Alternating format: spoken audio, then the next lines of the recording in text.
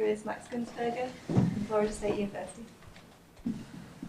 Thank you all for coming. Some of you coming to hear me the second time. Okay.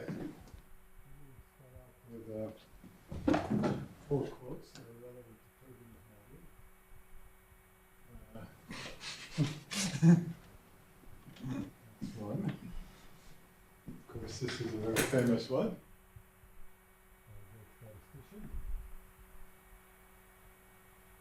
This one, I haven't been able to track down the original source. But it's relevant. And my favorite is the last one. Augustus Love was the author of the classic, actually the classic book on linear elasticity. And this is what he thought about turbulence vis-a-vis quantum mechanics. Okay, so I'm going to pull a bait and switch. You might think that this talk is about turbulence, but it's not. In fact, the word turbulence is not going to be mentioned again in this talk. And despite the fact that I'm not going to throw any function spaces at you, there's lots of them behind this, and lots of other mathematical goodies. So this is a mathematics talk. If you want to ascribe some connection to turbulence, to anything I say, that's your prerogative. I'm not going to do it, except perhaps later tonight after my tongue being lubricated at a local pub. But with that caveat, I'll go on. Let me start from the very beginning. So Stokes published this paper when he was 26, in which he wrote down some hypotheses about what makes a fluid a fluid. And the first is the stress tensor is a continuous function of the deformation tensor. The stress tensor does not depend explicitly on the position, spatial homogeneity. There is no preferred direction in space, isotropy. And when the deformation tensor vanishes, T becomes a diagonal tensor with all it, a scalar diagonal tensor. One of the reasons I wrote this down is because if you examine many models for various supposedly ordinary fluids, they violate one or another of these assumptions. Now it is shown, by the way, I don't know how many are familiar with this article, 125 pages in one of the Handbuch der Physik volumes by James Serrin. It has, since I first read it many, many years ago, it has remained to me the best possible introduction to fluid mechanics, and especially the best derivation of the equations of fluid mechanics I've ever read. 125 pages, about 20 of them you can dispense because they're on esoteric material, so it's short. The same volume contains an article on laminar boundary layers by Howarth, an article on turbulence, I mentioned that word, by Schlichting, and the general fluid mechanics introduction by Oswadish. Volume 8/2 actually contains a remarkable article, very long, on exact solutions of the Navier-Stokes equations. You might want to read that. But that is a really beautiful article. Anyway, it is shown in there that the most general constitutive relation that you can possibly have that satisfies the Stokes hypothesis is given by the following formula. The stress tensor is equal to this sum involving the identity tensor, the deformation tensor, and the square of the deformation tensor, where the coefficients are scalars, alpha, beta, gamma, are functions of the principal invariance of the deformation tensor. The principal invariance you read off from the characteristic polynomial for D as the coefficients with some sign changes in the characteristic polynomial. Thus, these coefficients are dependent on these alpha, beta, and gamma are depending on the coefficients in the characteristic polynomial. With a little bit of work, you can show that these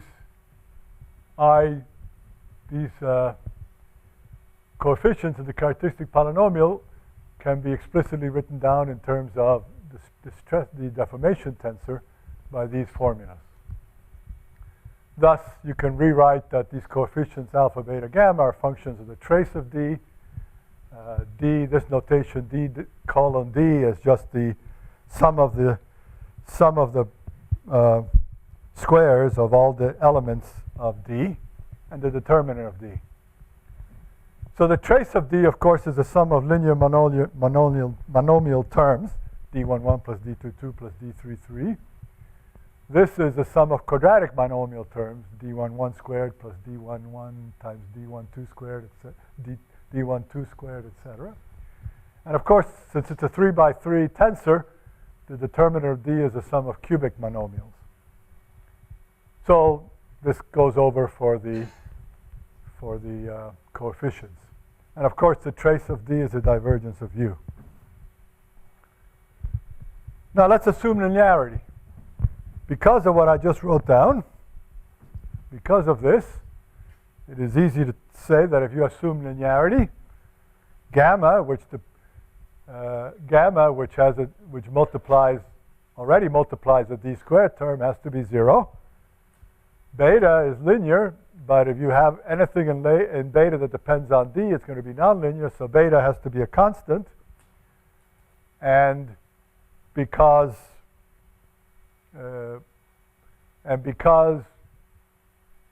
this and this are already nonlinear, the most you can have is that alpha is equal to a linear function of the trace of D, or the divergence of U.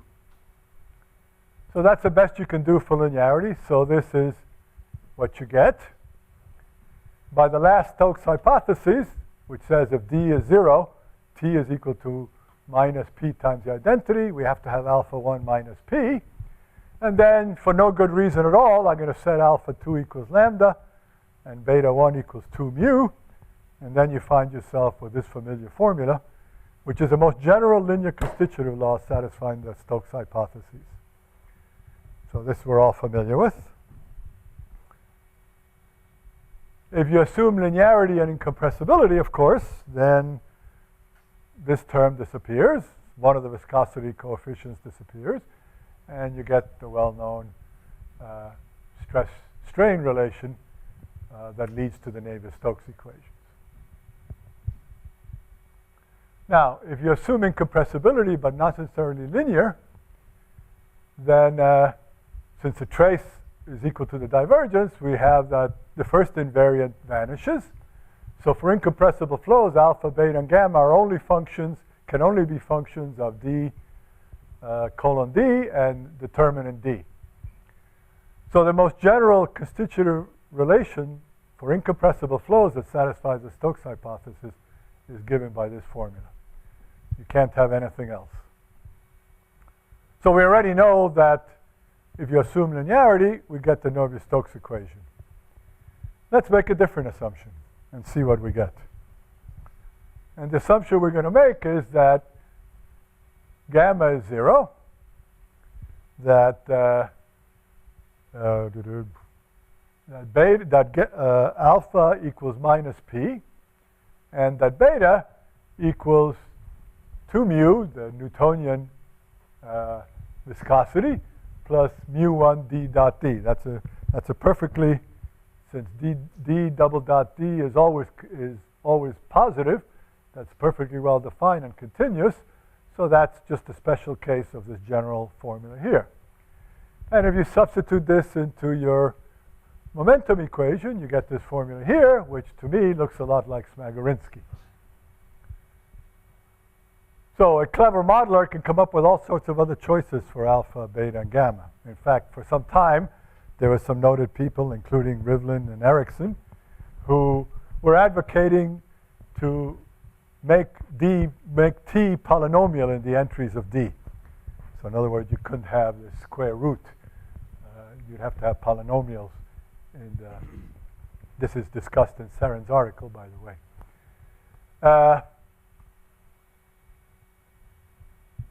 Not mentioning that terrible word, this you can view as a derivation of the Smagorinsky model without that comes directly from the stress-strain relation. Has nothing, it seems to have nothing to do with the nonlinear term. So you can view this as an alternative way to interpret, perhaps, and Smagorinsky. And the alternate interpretation is the one we all know, which is that it adds diffusion. Somehow it manages to add diffusion. Where it comes from, you can decide if you'd rather have it come from the nonlinear term or come from these assumptions about that lead from the Stokes hypotheses and assumptions, but in the end, it adds diffusion. So what's $1 million problem? A $1 million problem. The Clay Institute has more than $1 million problem. So the weak solutions, the existence of weak solutions to Navier-Stokes was proved a long time ago by Jean Leray. In 2 dimensions, the uniqueness of weak solutions has also been established, also a long time ago. However, you know, in 3 dimensions, it hasn't been established. You have existence for weak solutions. You don't have existence for smooth solutions. You have uniqueness for smooth solutions, but you don't have existence for smooth solutions or whatever. Anyway, you have one or the other, but not both. So if you can solve this problem, you get $1 million. So here is a very interesting observations by Terence Tao, whose picture is on that poster out there of Fields Medal winner associated with or loosely associated with the Newton Institute. He gave a heuristic indication of why it's difficult to show the well-posed in the Navier-Stokes equation, and this, I'm sure, has been done by others. So let's forget about f. We set it to 0. And assume that the velocity has a frequency support in Fourier space of order n. And so which means that in physical space, it has a support of order n to the minus 1. So then if you look at various things, like this is like the kinetic energy, and you do a scaling analysis, you have a scale for u, and then you have a scale for x. The scale for x is n minus 1. You integrate this over a volume in d dimensions. So since the scale of x is n to the minus 1, this is n to the minus d. And then this term here, grad u squared, which comes from the viscous term, scales like this. You integrate over t, you integrate over the torus here, you get all this stuff here. So the t comes from the t integral, the n to the minus d comes from the spatial integral, the u squared comes from u, and the n squared comes from 1 over derivative of 1 over x delta x squared. Okay. So due to skew symmetry, the nonlinear term has no global effect, but it does have a local effect. And the local effect, you can also use a scaling analysis. Using the same type of stuff, you get all of that junk. Now, if we assume that u is order 1, or in particular at cell 2 norm, where kinetic energy is order 1 overall, then you get that, again, this involves the integral of u squared over a volume, and that's order 1, so that relates u to the frequency or spatial scale, whichever way you want. And now you plug it into these 2 formulas, you get the following scalings inverse of t and the frequency n. And now the game that Terence Tao plays is compare this to this. See if there's enough dissipation to overcome the effects of the nonlinear term. And for d equals 2, these 2 exponents are the same. And so we say that the energy dissipation bound is critical for the 2D Navier-Stokes equation. It's just enough. But for d equals 3, unfortunately, although it keeps a lot of people employed, it's not enough. For d equals 3, this exponent from the nonlinear term is bigger than this exponent from the viscosity term. So it's supercritical. And this means that you cannot control the energy in that sense.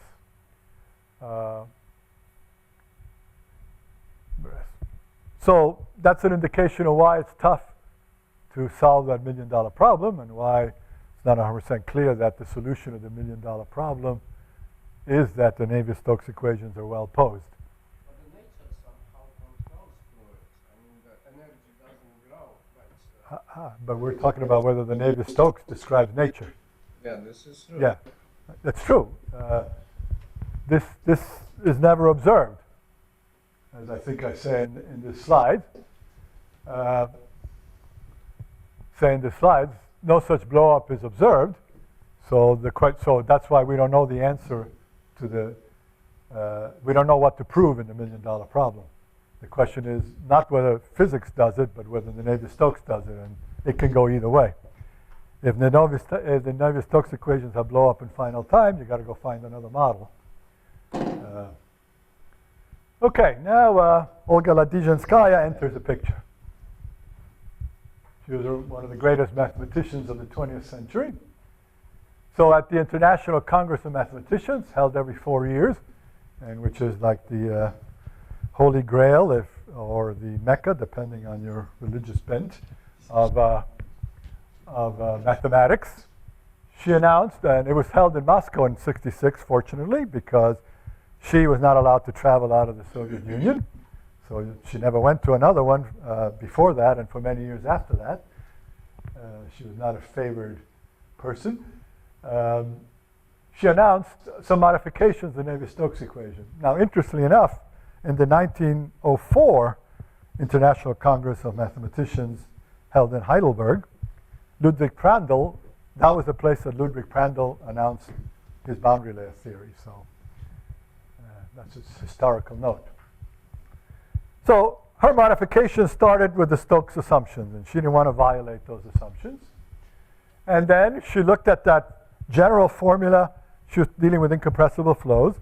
She looked at that general formula for the most general constitutive relation that an incompressible fluid can have that satisfies Stokes' assumption. And she wrote down several models that she thought might be useful. And I'm just going to write down one of them. So this is a model she has. She put gamma equals 0 and beta equals that. Alpha equals minus p.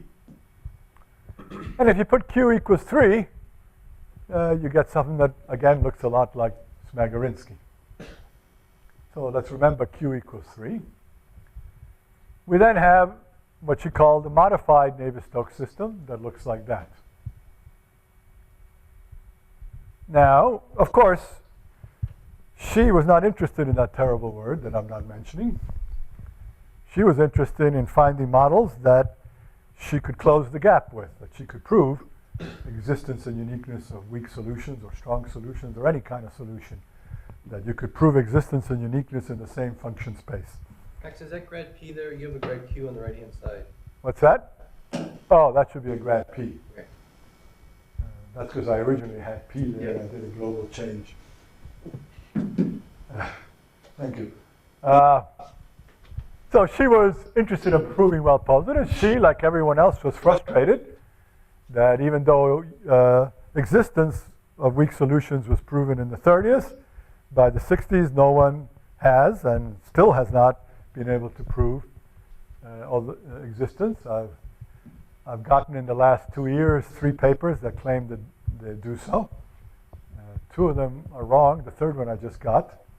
So we'll see about that one. And these are by not crack. I got several other papers by crackpots. These are not crackpots. These are serious mathematicians. So she was able to prove well-posedness of Navier-Stokes, and for q bigger or equal to some number, which I forget. And the game since then, since most of us are not good enough to even try to solve the $1 million problem, many have tried to improve on Ladizhenskaya's bound. And the best bound to date is in a paper by Malik and co-workers, in which they prove existence not only of weak, but of and uniqueness not only of weak or strong solutions for q greater than 11/5. Remember that number 11/5. So this means that Q equals 3, which is bigger than 11/5, is okay. So so Smagorinsky model is well posed. And in fact, Latyshenskaya's proof already included Smagorinsky, so this was been known since the 60s. Although Latyshenskaya certainly didn't make any connections to Smagorinsky, or vice versa, evidently. Well, hyperviscosity is another regularization. Notice I didn't call it that terrible thing model. I called it regularization. So another model that is, of course, as you all know, very popular, but it also achieves well posedness, is the hyperviscosity model. And you can even put in mathematics, there's no problem putting a fractional power there. In fact, that fractional power is very dear to me because some other work I do is closely related to fractional Laplacians, which you can define through the Fourier transform. And Lyons, the father, showed that the hyperviscosity model has a unique, strong solution, existence of uniqueness for exponent s greater than 5/4, since all of you use Laplacian squared, or Laplacian fourth, or whatever, Laplacian to the 12th. They're all bigger than 5/4, so all your models are well posed. You don't have to worry that your solutions will blow up or anything like that. Isn't that comforting? Okay. So what does Terence Towles have to say about the modified models? He didn't look at this, but we just used the scaling analysis to show what it says about the Latyshenskaya / Smagorinsky and the hyperviscosity models. So now the energy, the nonlinear stuff remains the same. We haven't fixed that at all in some sense. We fixed the dissipation part. So now the dissipation part has this strange exponent there. And when you try to set that equal to the stuff that comes from the nonlinear term, lo and behold, the critical exponent is p equals 11/5, exactly what Malik et al. Have come up with. So you can stop trying to improve on the bound for the exponent in Latyshenskaya's model. It looks like from Terence Towles' heuristic analysis, type analysis,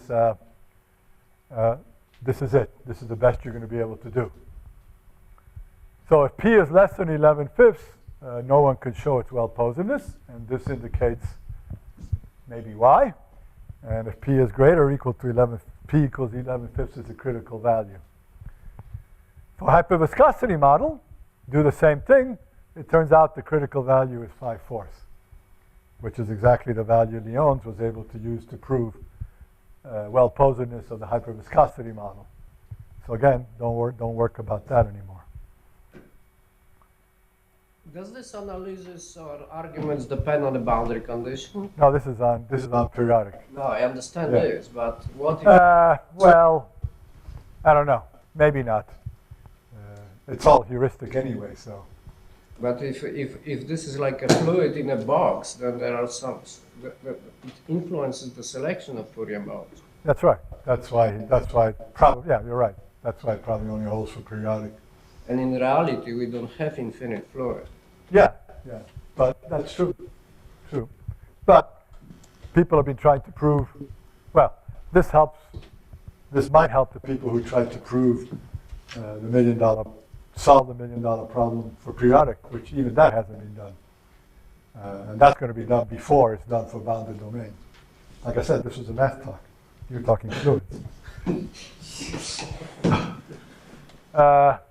So the simple dimensional analysis of Terence Towles is really quite powerful. It gets the same critical exponents that it takes pages and pages and pages of something much more esoteric than Sobolev spaces to get to. Okay, so what's spectral viscosity Latyshenskaya's model? So, well, the usual game. We only want to damp the high frequencies, not the low frequency modes. So the idea for spectral viscosity, well, is not new, is not old, but many people credit Eitan Tadmor for introducing it, at least the term spectral viscosity, in connection with hyperbolic conservation laws, which don't have any viscosity. So any added viscosity is all the viscosity you have. So he added actually linear, second order viscosity, Laplacian terms. And then, of course, that is known to be way over diffusive, or it's somewhat equivalent to the most coarse upwinding scheme. Everybody knows that's over diffusive for hyperbolic convection laws. So he decided to add, to put a filter on that term so that damping is only done on the high frequency modes. So we said, well, why don't we try that idea from a mathematician's point of view on the Ladyshinskaya model, which are also thought to be somewhat over diffusion. So this is joint work with this folks. So we did that. So inspired by the spectral viscosity method for hyperbolic conservation laws, we first thought, well, let's just add a linear viscosity, second order viscosity. And Q here is a high pass filter. It erases all low frequency. If you apply Q to something, it erases all low frequency modes. And it turns out this is good enough for hyperbolic conservation laws, but it turns out it's not good enough for Navier-Stokes. Well, or maybe we're not good enough. We weren't able to prove well-posedness for this model. So instead, we applied it to the Ladyshinskaya model. So now we have our regular diffusion term. Now I've gotten rid of deformation tensors and all that just to keep things simple. And now we applied Q everywhere we could to the nonlinear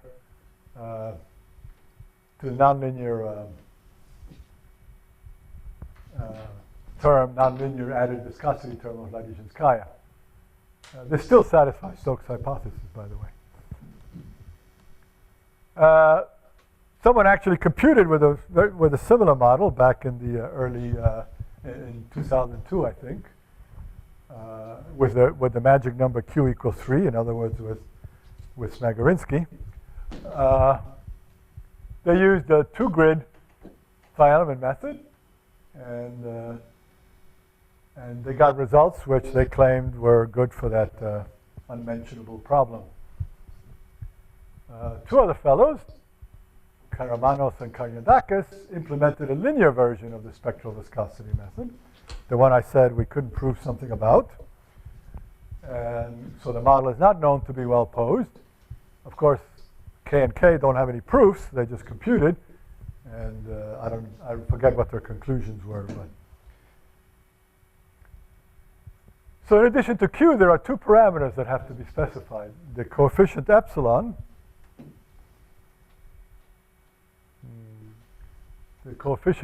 of the added viscosity term, and then the cutoff frequency for Q. Where does Q stop killing things off?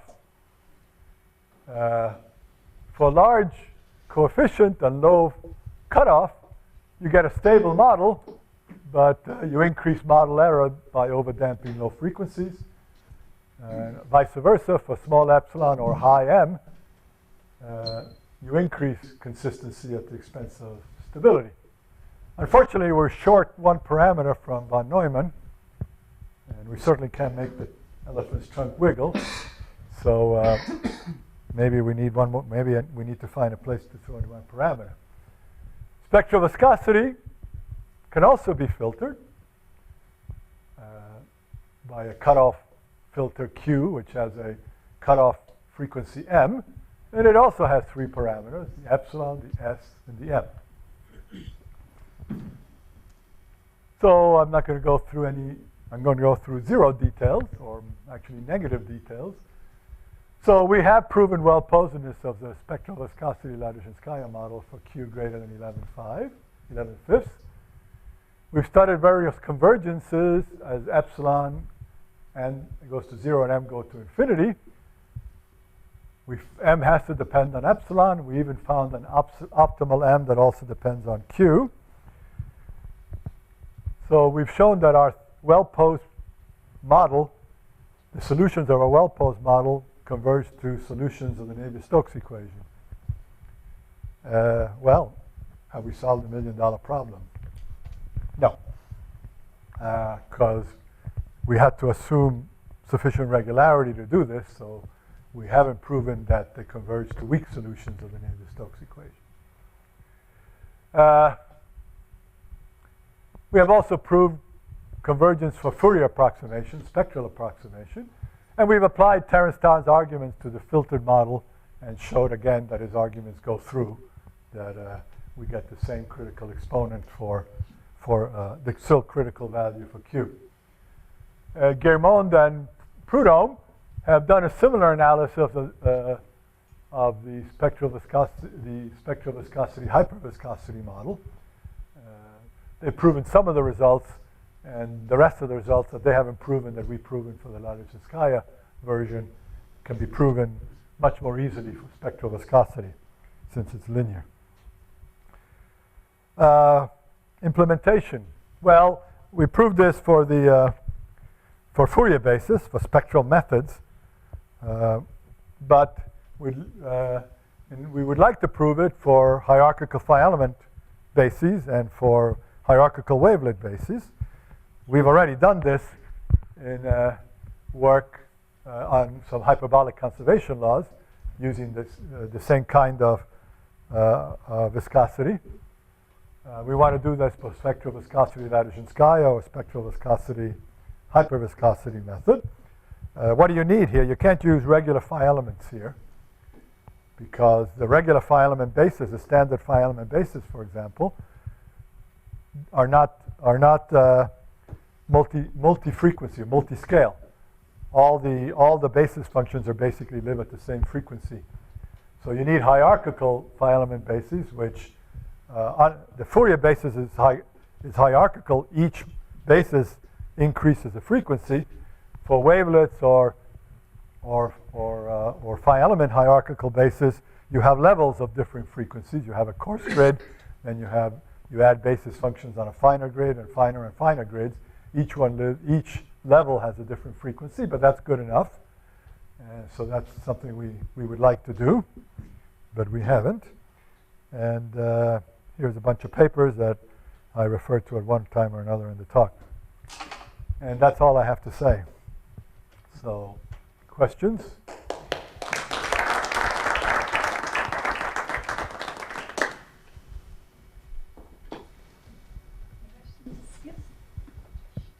Well, I don't understand this, but I have a few questions. Well, in the beginning, you mentioned Stokes. Why not Navier? And second, I remember the box quotation. Well, originally you missed one word, essentially. And not when I look it up on Wikipedia. Another. Yeah, okay. I guess a lot of other people have missed it. But it doesn't mean I do not trust you. Can you specify Smagor's the specific equations and the page numbers in his 1963 paper? Maybe next time. Can I what? Oh. Specify the equations. Well, the only thing I didn't specify is what the coefficient is. He had, I mean, otherwise, I think it's exactly what, I think it's called, referred to as Smagor-Lily model. Yeah. That is the Smagor-Lily model as far as I know. Except I didn't say anything about the coefficient, which Smagor had a lot to say about. In your initial part of the talk, and there seemed to be no reason at all why you had to have a linear continuity relation. It was just presumably easier. So the fact that doesn't work and you need something non-linear seems quite reasonable. Now, if you're trying to understand which other model might be more correct, obviously you don't use an atmospheric GCM, but there are lots of situations where you can compute solutions of Navier-Stokes with correct parameters which are fully resolved. Compare with laboratory experiments, so there's a lot of that going on. are there any indications from those experiments that a better constitutive relation than the Navier-Stokes one would be a good idea? Not that I know of. I'm not sure how many people have looked at it that way, but it might be fruitful to do so. I thought that would quite, I mean, there's a lot of quite non-trivial, genuine solutions, and Navier-Stokes being cohesive, where there are no sort of compromise, the solution is fully resolved and can be compared with laboratory experiments. So I thought that would be the place to examine this question. But I didn't see any reason at all why it should be linear. I didn't see the Stokes hypothesis is pretty fundamental, and people don't want to go away from that. But No, I agree. why it should be linear? What's that? No reason at all why it should be No, linear. no, I agree. I mean, I've had this discussion usually at a pub many times of why linearity is assumed, especially when things are changing. Yeah. No, there's rich opportunities, as I say, for the clever modeler here. I'll just throw in another one, since people don't seem to be throwing in many questions at the moment, so I'll ask another one. I know Jan Brenier has done a lot of work looking at the incompressible oil problem, which is another classic open question as to whether it blows up or not, and nobody really knows yet. And you can see there that he would sort of approximate, let's put it this way, if you discretize in time but not in space and construct solutions using measure preserving mappings, it looks like you construct solutions that are well posed to Euler. Obviously, they're not really suited to Euler because you can't take the limit as delta t tends to 0. That's when things go wrong, because you're working in a space that's not compact enough to take the limit. And then you think, well, how would you naturally embed that space in a bigger space where you could actually solve the problem? Jan has obviously been trying to do that, and I don't think he's, well, to my knowledge, he hasn't succeeded, but I was wondering if that, closing that problem might, almost certainly involve a non-linear constitutive relation, would be a fruitful way forward. That might sort of tell you a fairly rigorous way what sort of constitutive relationship you needed to make that well posed. It's a good question. I don't really know the answer. It's quite possible, but I wonder if anyone's trying to do that apart from the I mean, if you can do it for the Euler, yeah, then whatever you add for Euler should work for Navier-Stokes because you already have some dissipation. What you're creating, what you're effectively doing, you're starting with Euler and you're saying, what additional term do you need to add to it to make it well posed, which is exactly going to be something that has to obey the rule. It's pretty obviously going to be non-linear, so it should it will just be a particular choice of non-linear constitutive relation, I guess. I'm just wondering if anyone tried to look at it that way. Not that I know of. Seems like back in, I'm aware of people trying to use DNS to search for singularities in the Navier-Stokes solutions. Then I haven't heard anything recently. Is that just a They haven't found them. futile thing to try to do? I don't think they found them. I mean, they looked, but they didn't find them. But that doesn't mean they're not there. Because even DNS is not. Yeah. DNS, I don't know what happens when you discretize even Well, it's not a Navier-Stokes proof. directly. What? It's not a proof, but it's. No. No, I think they were looking for singularities because then they know what to prove. But since they didn't find any, and it's only an approximation, they couldn't conclude that there are no singularities. So no conclusions actually came out of that work in terms of. Well, not relevant. Well, the conclusion is that so far, both in experiments and DNS simulations, no one has seen singularities of the type that might make the answer to the million-dollar question that Navier-Stokes are not well posed. So there's no evidence that those kind of things happen physically. But that doesn't, that's not as good as if it does happen physically. Then you know that you have to prove that Navier-Stokes are not well posed. Unfortunately, the fact that they haven't observed them physically means you don't know. The Navier-Stokes equation still may not be well posed, and then they're not a good model. And so relevant to this question. But yeah, people have looked, but I don't think they found. It's a bit of an overstatement, isn't it? What? I mean, the Navier-Stokes may well not be, still not be well posed, and may still be a very good model. As Bach said, yes. Yeah. In the It depends where you try to use it. Right, absolutely. in the DNS calculations, every year you get a bigger computer, you get to a higher Reynolds number, right? You get closer and closer to the possible singularity, but never close enough. It's probably the same kind of threshold that you talked about. So this is kind of out there. I mean, there's a mismatch, right, between the advection and the dissipation. And you gave a discussion on what modifications would have to happen to the dissipation to make those come into balance. Mm-hmm. What's the current thinking on looking at the other side? Maybe the problem isn't the dissipation, maybe the problem is the advection. But advection is basically like a property of time-space continuum, But isn't geometry. Well, that's what I'm saying. So it's yeah, but isn't that what LES is all about? I'm not talking, No. LES is physics, right? I'm talking mathematics, Oh, right? I mean, but can't you, well, LES may be physics, but there's plenty of mathematicians who throw down some filtering scheme based on. Yeah, no, I don't. I guess what I'm saying is you've questioned the linearity of the Navier-Stokes model. Does anyone question the U dot grad U piece of the Stokes model? No. No, I haven't read everything, but nothing in that I've read. Well, that's Newton's law of motion, basically, isn't it? Well, That's very good. Well, yeah, but there's still modeling. Well, this is one of the. Kind of tougher than, because we were still accepting the Stokes hypothesis, and I think that the Newton hypothesis is kind of stronger than. Yeah, I mean, what we're questioning then why should the Stokes hypothesis be represented by a linear Exactly. treatment, and But nobody says my false point to is that. we're still accepting the Stokes hypothesis. My claim is that the Newton hypothesis is stronger than the Stokes hypothesis. I think we'd be chucking the Stokes one before we chuck the Newton one. Well, yeah, right.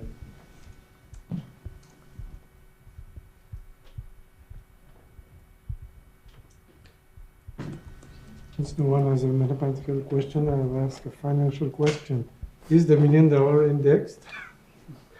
No, not that I know of. It's still $1 million. That kind of happened to Nobel in the 50s and 60s, right? They kind of came perilously close to being inflated out of being worth anything. Because the will specified that they could only be invested in Swedish government bonds, and the Swedish government was a bit too prudent for them to get a decent return. And the Swedish government had to pass, the Swedish Parliament had to pass a law to enable the Nobel Foundation to be more adventurous in their investments in order to get the prize money back up. Well, I think there's been $2 million prizes awarded. I forget for what. Some of them have actually been solved. Yeah. You mean from the Clay Institute? What? You mean the ones from the Clay Institute? Yeah. One was never collected. Yeah. By somebody else's picture, not me. Well, if there are no more questions, thanks again to Matt.